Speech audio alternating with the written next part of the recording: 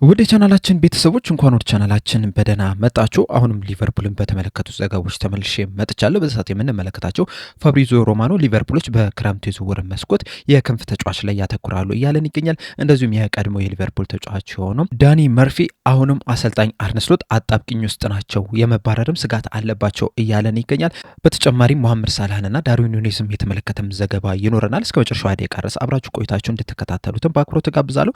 ሰብስክራይብ፣ ላይክ፣ ሼር እያደረጋችሁም የቻናሉ ቤተሰብ እንድትሆኑም በአክብሮት እጠይቃለሁ። አሁን በቀጥታ ወደ ያስኩላችሁ ጉዳዮች ማመሪያ ይሆናል። አብራችሁን ቆዩ። በመጀመሪያ የምንመለከተው ዳርዊን ኑኔዝን የተመለከተውን ዘገባ ይሆናል። እንደ ዴሊ ብሪፍ ዘገባ ከሆነ ሁለት የእንግሊዝ ክለቦች ዳርዊን ኑኔዝን ለማስፈረም ፍላጎት አላቸው እያለን ይገኛል። እነዚህም የእንግሊዝ ክለቦች ደግሞ ኒውካስል ዩናይትድ እና ቼልሲዎች ናቸው እያለን ይገኛል። ከዚህ ቀደም እንግዲህ ኒውካስል ዩናይትድ ከዚህ ተጫዋች ጋር ስሙ ሲያያዝ ነበር። አሁን ደግሞ ቼልሲዎችም ከዳርዊን ኑኔዝ ጋር ስማቸው መያያዝ ጀምሯል። በተለይ ደግሞ በዚህ ሰዓት በሳውዲ ሊግ ከአልሂላል ጋር ያለው ግንኙነት እንግዲህ ጥሩ አይደለም ነው እየተባለ የሚገኘው። በተለይ ደግሞ ከሳውዲ ሊግ ከሚኖረው ስብስቡ ውጪ ማድረጋቸውን ተከትሎ በዚህ ሰዓት በኤዥያ ሻምፒዮንስ ሊግ ብቻ ነው ለአልሃሊ የሚጫወተውና በዛም ዳርዊን ኑኔዝ ደስተኛ እንዳልሆነ ነው እየተነገረ የሚገኘው። እናም በክረምቱ የዝውውር መስኮትም ክለቡን ይለቃል ተብሎ ነው የሚጠበቀው። ቼልሲና ኒውካስል ዩናይትዶችም ይህንን ተጫዋች ከአልሂላል ለማስፈረምም ፍላጎት አሳይተዋል እየተባለ ይገኛል። በተለይ ቼልሲዎች በዚህ ሰዓት እንግዲህ ልምድ ያለው 9 ቁጥር ተጫዋች የላቸውም። በእርግጥ ጆ ፔድሮ በዚህ ሰዓት ጥሩ የሚባል እንቅስቃሴን እያደረገላቸው ነው የሚገኘው። ነገር ግን ሌሎቹን ተጫዋቾች ስንመለከት የተጠበቀባቸውን ያህል እንቅስቃሴ እያደረጉ አይደለም የሚገኙት። አሁን ለምሳሌ ሊያም ዴላፕ ከኢፕስዊች ሲያስፈርሙት የተሻለ ተጫዋች ይሆንልና ጎሎችን ያስቆጥርልናል ብለው ነበረ። ነገር ግን ደግሞ የተጠበቀበትን ያህል እንቅስቃሴ እያደረገ አይደለም የሚገኘው። እንደዚሁም ኒውካስል ዩናይትዶች ዋልትሜደን ሲያስፈርሙት የኢሳክ ተተኪ ይሆናል ብለው ነበረ ተስፋ ያደረጉት። መጀመሪያ አካባቢ ጥሩ የሚባል እንቅስቃሴን ሲያደርግ መመልከት ችለን ነበረ። ነገር ግን በዚህ ሰዓት የተጠበቀበትን ያህል እንቅስቃሴ እያደረገ አይደለም የሚገኘው። ጎሎችን እያስቆጠረ አይደለም የሚገኘው። እንደውም በአንዳንድ ጨዋታዎች ላይም ይህንን ተጫዋች ወደ ኋላ መልሶት ወደ 10 ቁጥር ቦታ 8 ቁጥር ቦታ ላይ እንዲጫወት እያደረጉት ነው የሚገኙትና በሱ ደስተኛ እንዳልሆኑ ነው የሚያሳየው። እና እንደ ዴሊ ብሪፍ ዘገባ ከሆነ የሱ ተተኪ እንዲሆን ወይም ደግሞ የቀዳሚ ተመራጭ እንዲሆንላቸው ዳርዊን ኑኔዝን ለማስፈረም እያሰቡ ይገኛሉ እየተባለ ነው። ከሁለቱ ክለቦች እንግዲህ ኒውካስል ዩናይትድ የበለጠ የማስፈረም እድል አለው ተብሎ ነው የሚጠበቀው። በተለይ ደግሞ የኒውካስል ዩናይትድ ባለሀብቶች እንደሚታወቀው የሳውዲ አረቢያ ባለሀብቶች ናቸውና ከሳውዲ ፕሮ ሊግ ጋር ጥሩ የሚባል ግንኙነት ስላላቸው ምናልባትም ቀዳሚ ተመራጭ ሊሆኑ ይችላሉ እየተባለ ይገኛል። እናም በክረምቱ የዝውውር መስኮት ይህ ተጫዋች ወዴት ያመራል የሚለውን ነገር አብረን የምንመለከት ይሆናል። በመቀጠልም የቀድሞ የሊቨርፑል ተጫዋች የሆነው ዳኒ መርፊ የሰጠውን አስተያየት ስንመለከት ሊቨርፑል ወልቭስን 3-1 ካሸነፈበት ጨዋታ በኋላ ዳኒ መርፊ ከቢቢሲ ስፖርት ጋር ቆይታ አድርጎ ነበርና በዛ ቆይቶም ሊቨርፑሎች የኤፍኤ ካፕ ጨዋታውን አሸንፈው ወደ ቀጣይ ዙር ማለፍ ችሏል። ነገር ግን አሁንም አሰልጣኝ አርነ ስሎት ጫና ውስጥ ናቸው የሚገኙት። ምክንያቱም እንደ ሊቨርፑል ያለ ትልቅ ቲም ውስጥ ስትገኝ ዋንጫዎችን የግድ ማሸነፍ መቻል አለበትና በዚህ ሲዝን ዋንጫ የማያሸንፍ ከሆነ ከስራው ሊሰናበት የሚችልበት ከፍተኛ እድል አለ ብዬ አስባለሁ የሚል አስተያየትን ሰጥቷል። አያይዞን በሰጠው አስተያየት በዚህ ሲዝን ከፈረሙ 5 ተጫዋቾች መካከል 2 ናቸው ጥሩ የሚባል እንቅስቃሴን እያደረጉ የሚገኙት። ሌሎቹ የተጠበቀባቸውን ያህል እንቅስቃሴ እያደረገው አይደለም የሚገኙት። በእርግጥ አሌክሳንደር ኢሳቅ ጉዳት ላይ ነው የሚገኘው። ጆቫኒ ሊዮኒም በተመሳሳይ መልኩ ጉዳት ላይ ነው የሚገኙ። ጀረሚ ፍሪምፖንግም በተደጋጋሚ ጉዳት እያጋጠመው ነው የሚገኙና ከነዚህ መካከል ጥሩ እንቅስቃሴ አድርጓል ልንል የምንችለው ሂጎ ኤኪቲኬ እና ፍሎሪን ቪርትዝ ናቸው። ከዛ ውጭ ግን ያሉት ጥሩ የሚባል እንቅስቃሴን እያደረጉ አይደለም የሚገኙትና የነዚህ ተጫዋቾች ጥሩ እንቅስቃሴ አለማድረግ እንደዚሁም ደግሞ ክለቡን በፕሪሚየር ሊጉ ላይ ተፎካካሪ አለመሆኑን ተከትሎ የሻምፒዮንስ ሊግ ቦታን ይዞ ለማጠናቀቅ ነው እንግዲህ አሁን ጥረት እያደረጉ የሚገኙት።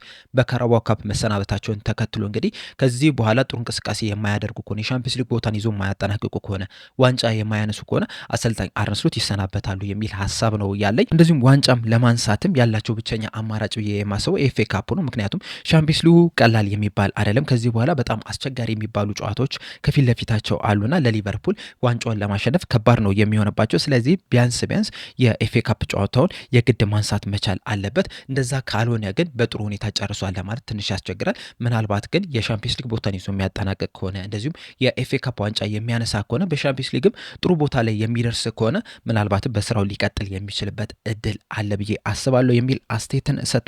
እናንተ ዳኒ መርፊ በሰጠው አስተያየት ዙሪያ ያላችሁን ሀሳብ እንዳለ ኮሜንት ሴክሽን ላይ በመጻፍ አሳውቁኝ። በመቀጠል የምንመለከተው መሐመድ ሳላህን የተመለከተውን ዘገባ ይሆናል። መሐመድ ሳላህ እንግዲህ በዚህ ሲዝን ጥሩ የሚባል ጊዜን እያሳለፈ አይደለም የሚገኘው። እንደዛም ሆኖ ግን ባደረጋቸው 30 ጨዋታዎች የ17 የጎል ኮንትሪቢዩሽን ማድረግ ይችላል።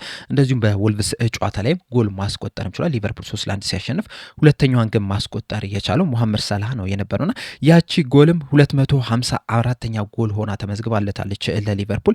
እስካሁን ድረስ እንግዲህ የተጫዋች 432 ጨዋታዎችን ነው ማድረግ የቻሉና በእነዚህ 432 ጨዋታዎች ደግሞ 254 ግቦችን ማስቆጠር ችሏል። ይህም ግብ ደግሞ ከማንቸስተር ዩናይትድ ከፍተኛ ግብ አስቆጣሪ ከዋይን ሩኒ የበለጠ እንዲሆን አድርጎታል። ዋይን ሩኒ በማንቸስተር ዩናይትድ ቤት 559 ጨዋታዎችን ማድረግ ሲችል 253 ጎሎችን ነበረ ማስቆጠር የቻለው እና መሐመድ ሳላህ ወልቭስ ላይ ባስቆጠራት ግብ ዋይን ሩኒን መብለጥ ችሏል። ዋይን ሩኒ እንግዲህ ከመሐመድ ሳላህ በበለጠ 127 ጨዋታዎችን ማድረግ ቢችልም መሐመድ ሳላህ ግን ከዋይን ሩኒ የበለጠ ጎል ማስቆጠር ችሏል። እንደዚሁም ከማንቸስተር ዩናይትድ ሌጀንድ ከሚባሉ ከነ ቦቢ ቻርልተን፣ ከነ ዴኒስ ሎ፣ ከነ ጆርጅ ቤስትም የበለጠ ብዙ ጎሎችን ማስቆጠር የቻለ ተጫዋች ሆኗል። በሊቨርፑል ታሪክ ያለውንም ስንመለከት ሶስተኛ ከፍተኛ ግብ አስቆጣሪ ነው። አንደኛ ደረጃ ላይ የተቀመጠው ኤአራሽ ነው። ኤአራሽ 346 ጎሎችን ማስቆጠር የቻለው። ከሱ በመቀጠል ሮጀር ሃንት ነው 285 ግቦችን ነው ማስቆጠር የቻለው። መሐመድ ሳላህ ደግሞ 254 ግቦችን በማስቆጠር ሶስተኛ ደረጃ ላይ መቀመጥ ችሏል። ጎርደን ሁድሰን 241፣ ቢሊ ሊድልስ 228 ጎሎችን በማስቆጠር አራተኛና አምስተኛ ደረጃ ላይ መቀመጥ የቻሉ ተጫዋቾች ናቸው። ከሱ በላይ ያሉትን ኤአራሽንና ሮጀር ሃንትን ስንመለከት ያደረጉት ጨዋታ ሁሉም ከመሐመድ ሳላህ በጣም የበለጡ ናቸው። ኤአራሽ እንግዲህ 660 ጨዋታዎችን ነው ማድረግ የቻለው። ሮጀር ሃንት ደግሞ 492 ጨዋታዎችን ነው ማድረግ የቻለው። ባለፈው ሲዝን እንግዲህ ምናልባትም በእነዚህ 2 ዓመታት መሐመድ ሳላህ ብዙ ጎሎችን አስቆጥሮ ቢያንስ ከሮጀር ሃንት እኩል ሊሆን የሚችልበት ወይም ሊበልጥ የሚችልበት እድል ሊኖረው ይችላል ሲባል ነበረ።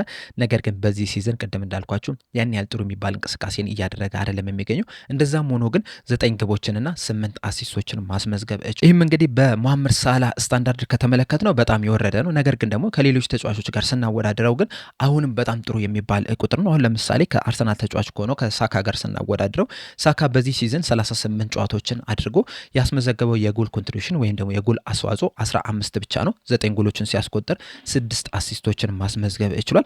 መሐመድ ሳላህ በበኩሉ 30 ጨዋታዎችን ማድረግ ሲችል በእነዚህ 30 ጨዋታዎች 9 ግብና 8 አሲስት ማስመዝገብ የቻለ ተጫዋች ነው። ለአፍሪካ ዋንጫ እንግዲህ ወደ ግብጽ መሄዱ አይዘነጋምና በነዛ ጊዜያቶች እንግዲህ የተለያዩ ጨዋታዎች አምልጠውታል። እንደዛም ቢሆንም ግን ከሳካ የበለጠ የጎል ኮንትሪቢዩሽን ማስመዝገብ የቻለ ተጫዋች ነውና በመሐመድ ሳላህ መጥፎ የሚባል ጊዜ ላይ እንኳን ቢሆን ራሱ ከሳካ በጣም የተሻለ ቁጥር ነው እያስመዘገበ የሚገኘው። ነገር ግን የሮጀር ሃንት ሪከርድ ላይ ይደርሳል ተብሎ ግን አይጠበቅም። በተለይ ደግሞ ይህ ሲዝን የመሐመድ ሳላህ የመጨረሻ ሲዝን ይሆናል ተብሎ ነው የሚጠበቀውና በዛ ምክንያትም በሊቨርፑል ያለውን ጊዜ ሲያጠናቅቅ የሊቨርፑል የምንጊዜም ሶስተኛ ከፍተኛ ግብ አስቆጣሪ ሆኖ ይጨርሳል ተብሎ ይጠበቃል። በመጨረሻ የምንመለከተው ፋብሪዞ ሮማኖ ይዞት የወጣውን ዘገባ ይሆናል። እንደ ፋብሪዞ ሮማኖ ዘገባ ከሆነ በክረምቱ የዝውውር መስኮት ሊቨርፑሎች የክንፍ ተጫዋች ላይ ያተኩራሉ እያለን ይገኛል። በተለይ ደግሞ መሐመድ ሳላህ በዚህ ሲዝን የመጨረሻ ሲዝኑ ይሆናል ተብሎ ይጠበቃል። እንደዚሁም ኮዲ ጋክፖም ያለፈውን ሲዝን አይነት እንቅስቃሴ በዚህ ሲዝን እያደረገ አይደለም የሚገኙና በዛ ምክንያት በክረምቱ የዝውውር መስኮት የተለያዩ የክንፍ ተጫዋቾችን ያመጣሉ ተብሎ ይጠበቃል የሚል መረጃን ይዞልን ወጥቷል። አያይዞም እንደተናገሩ ከሆነ ሊቨርፑሎች የባየር ሙኒክ ተጫዋች የሆነውን ማይክል ኦሊሴ ላይ ከፍተኛ ፍላጎት አላቸው። ነገር ግን ደግሞ ባየር ሙኒኮች ተጫዋቹን ለመሸጥ ምንም አይነት ፍላጎት የላቸውም። ለመሸጥም ፍላጎት የላቸውም ብቻም ሳይሆን ድርድር ላይ ራሱ መቀመጥ አይፈልጉም። ስለዚህ ሊቨርፑሎች ማይክል ኦሊሴን እንደማያስፈርሙ አውቀው ሌሎች ተጫዋቾች ላይ ያተኩራሉ የሚል ግምት አለኝ የሚል አስተያየትን ሰጥቷል። እንደሚታወቀው እንግዲህ ሊቨርፑሎች በዚህ ሰዓት ከማይክል ኦሊሴ በተጨማሪ ከያን ዲያሜንዴ ጋር በስፋት ስማቸው እየተያዘ ነው የሚገኘው። እንደዚሁም ከዚህ ቀደምም ከሪያል ማድሪድ ተጫዋች ከሆኑ ከሮድሪጎ ጋር ስማቸው ሲያያዝ ነበር። ከሌሎች ተጫዋቾች ጋርም ስማቸው በስፋት ነው እየተያዘ የሚገኙና ምናልባትም ማይክል ኦሊሴን የማያገኙት ከሆነ ፊታቸውን ወደ ያን ዲያሜንዴ ያዞራሉ ተብሎ ነው የሚጠበቀው። በዚህ ሰዓትም እንግዲህ እዚህ ተጫዋች ላይ በጣም ከፍተኛ የሚባል ክትትል እያደረጉ ነው የሚገኙት። ምናልባትም ይህንን ተጫዋች በክረምት የዝውውር መስኮት ሲያስፈርሙ ልንመለከት እንችላለን። ነገር ግን ምን ያህል የክንፍ ተጫዋች ያመጣሉ የሚለው ነገር እስካሁን ድረስ አልተረጋገጠም። ምክንያቱም በተለያዩ ነገሮች ዲፔንድ ስለሚያደርግ ነው። ለምሳሌ መሐመድ ሳላህ በሊቨርፑል ቤት ይቆያል ወይስ አይቆይም? እንደዚሁም ኮዲ ጋክፖስ በሊቨርፑል ቤት የመቆየት እድሉ ምን ያህል ነው? ፌዴሪኮ ኬዛስ በሚቀጥለው ዓመት በሊቨርፑል ይቆያሉ የሚሉት ነገሮች ሊቨርፑል ምን ያህል የክንፍ ተጫዋች ያስፈርማሉ የሚሉት ነገር ላይ ዲፔንድ ያደርጋል። አሁን ለምሳሌ መሐመድ ሳላ ቢቆይ ምናልባት አንድ ተጫዋች ብቻ ሊያስፈርሙ ይችላሉ። ነገር ግን ደግሞ ፌዴሪኮ ኬዛስ በሊቨርፑል ቤት ይቆያል የሚለው ራሱ ሌላ ተጫዋች እናስፈርም ወይስ አናስፈርም የሚለው ውሳኔያቸው ላይ ከፍተኛ ተጽዕኖ ይኖራል ብለን እንጠብቃለንና በእናንተ ሀሳብ ሊቨርፑሎች በክረምቱ የዝውውር መስኮት ምን ያህል የክንፍ ተጫዋች ያመጣሉ ብላችሁ ታስባላችሁ? እነማንንስ ሊያስፈርሙ ይችላሉ ብላችሁ ትገምታላችሁ? ሀሳባችሁ እንዳለ ኮሜንት ሴክሽን ላይ በመጻፍ አሳውቁኝ። ለአሁን እኔ እዚህ ላይ አበቃው። እስከ መጨረሻው ደቂቃ ድረስ ስለተከታተላችሁ ከልብ አመሰግናለሁ። በቀጣይ በሌላ እስከምንገናኝ ድረስ ሰብስክራይብ፣ ላይክ፣ ሼር ማድረግ እንዳትረሱ። ቸር ያቆየን።